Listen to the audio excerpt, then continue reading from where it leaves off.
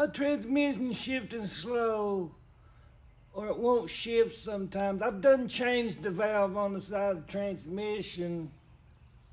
Well, bro, you should have called the helpline because it is 98.5004% of the time that it is not the valve on the side. Right here, here's the little, this is the, I guess you would call it a cam, so to speak, that is in the slave valve on the side of a transmission. You want to know what goes bad on these? Can you see that little line right there? Can you see it? Well, just up, boom. Oh, that line right there anyway, you can kind of make it out. That's what goes bad on these 90% of the time.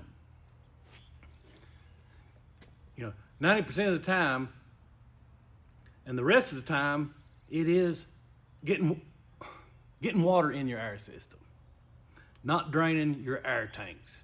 It will cause water to get in here and cause it to corrode up to where it won't work.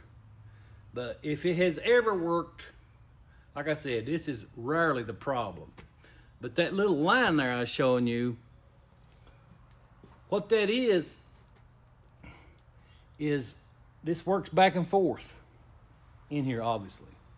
You got a plunger that when you put it in gear, this plunger comes out and it's right there at that notch.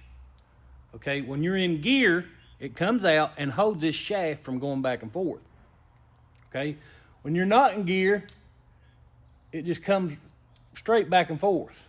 Pre-selection does that. You are supposed to pre-select your transmission from high to low before you shift. And what happens, it comes out and gets against that, and then as soon as you shift, like I say, it rubs across that. But I have seen that where that line is, I have seen this right here wear completely through that on extremely old transmissions. Like these transmissions got 1,000,000 miles on them. Yeah, I'm gonna say this is probably wore out in it. But just like right here, every transmission that I overhaul, I tear this down and look at it, blow it out, and put some more grease on it. Do you do that when you build one? I know a lot of people that don't. They don't fool with it.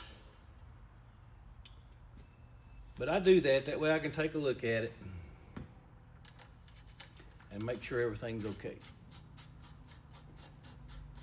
Especially like when I run things through my parts washer, you know, I want to clear out all that solvent and everything. And I blow out everything. You will have no issues.